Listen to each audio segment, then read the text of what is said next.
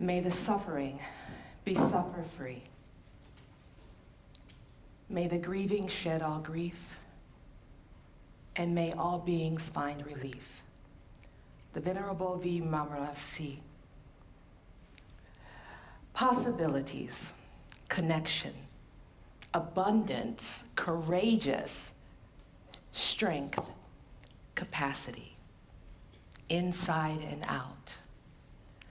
All words that I heard spoken the first time I went back to the yoga studio after being away for over 10 years back in 2012.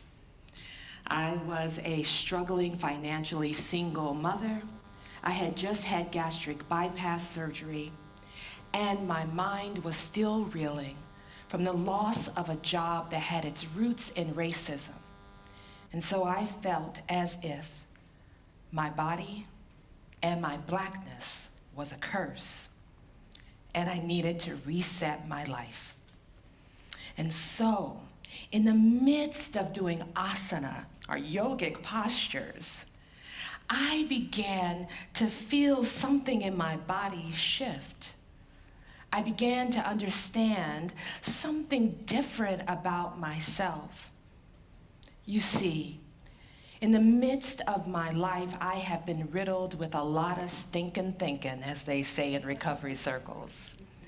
I felt as if I was to blame, that something was missing, and something was a problem with me. But in taking this yoga class, something in my muscles was reignited. And so I decided to do a yoga teacher training. And in the midst of that time, I fell in love with a group of yogis, like genuinely loved them.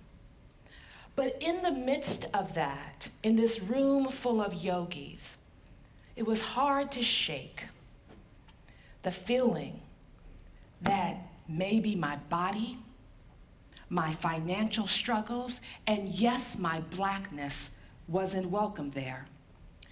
Especially in a room full of people that lacked melanin and was not worried about their hair getting frizzy. I began to ask myself and the leadership, why am I not seeing myself reflected back to me? Why are we not having conversations around our body struggles, our finances, and yes, diversity? And after taking 5 different trainings, where I am usually 1 or 2 or 3 tops persons of color, where I have been seeking to find acceptance, voice, and space, I realize that we have a diversity problem within the yoga community in the United States. And I am dedicated to making this practice financially accessible and diverse in all ways. And so in 2013, I founded Yoga for a Good Hood. Yoga for a Good Hood is a nonprofit dedicated to the education and empowerment of people of color and those that are struggling financially in order to experience the transformative wisdom of yoga, meditation, self-study, and trainings. Or, in the words from Diamond, I'm trying to be one with myself and to my yoga practice, but the outside environment is so hectic. You see, our project is a place where you can see yourself reflected back to you in love, no matter your social economic status, what's going on in the body, and yes, your ethnicity and your background. Let me tell you a little bit about myself. I was born in Columbus, Ohio, and I was raised by my grandparents, Louetta Jean and Gilbert Blassie Dodley. We were raised on Rich Street, where everything but rich was happening there. We went to Union Grove Baptist Church under the leadership of Reverend Phil D. Hale, who I swore was Dr. Martin Luther King Jr. when I was little.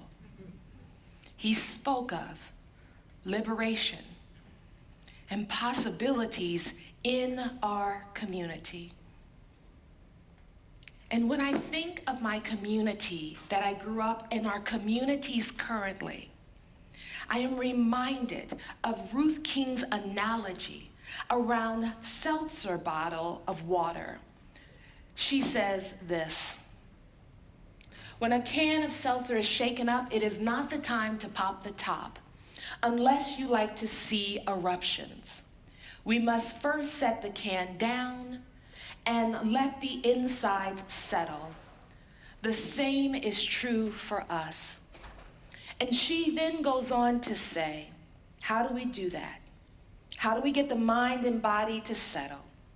It begins with body and breath awareness.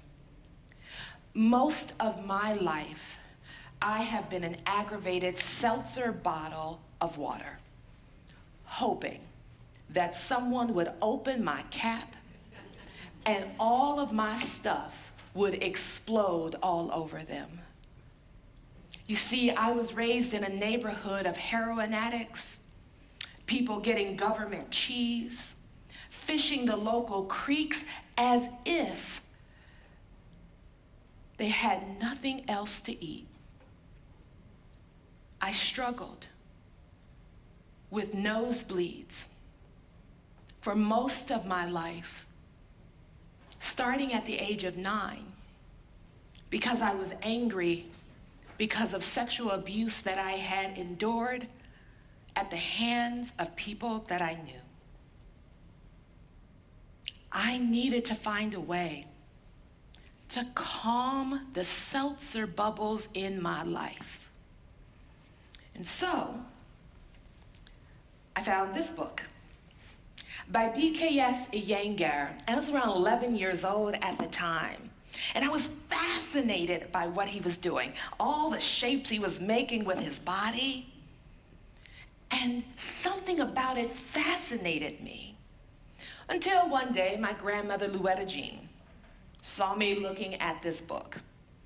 And she then quickly stopped, snatched the book away from me, and she said, "Yogar," yes, the R was present, "is of the devil. And you will not participate in this heathen activity."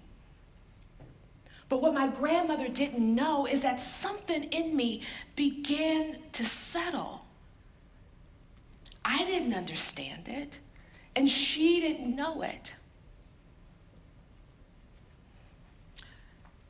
For most of my life, I have weaved in and out of my yoga practice.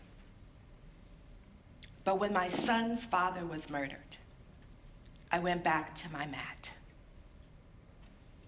When I was sexually assaulted 2 additional times, I went back to my mat.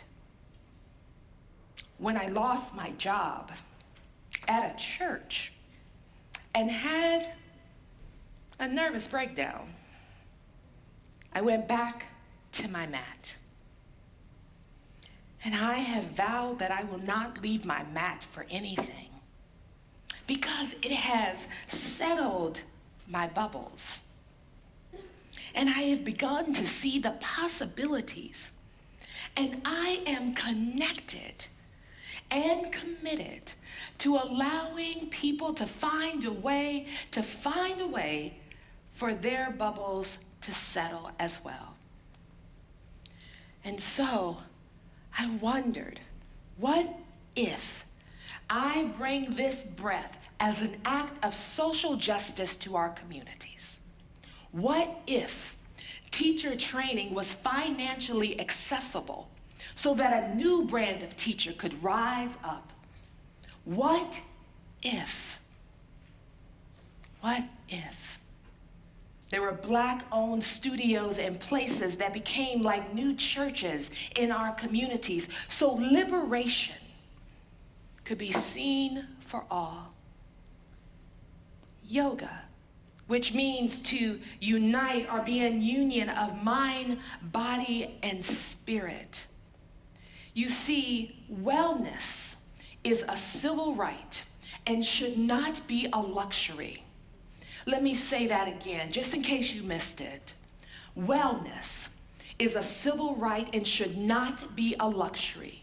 The average cost to go to a yoga class is $12 to $20. To take a training is $3,000. No wonder so many in our communities are breathless because no one can afford the payments. There is a lack of diversity, of people of color and differing bodies that are struggling financially, and we need to move beyond the image of the ideal yogi, of slim, white, affluent, so that everybody can be seen, that my daughter's body can be seen, that each of all of our bodies can be seen in these spaces.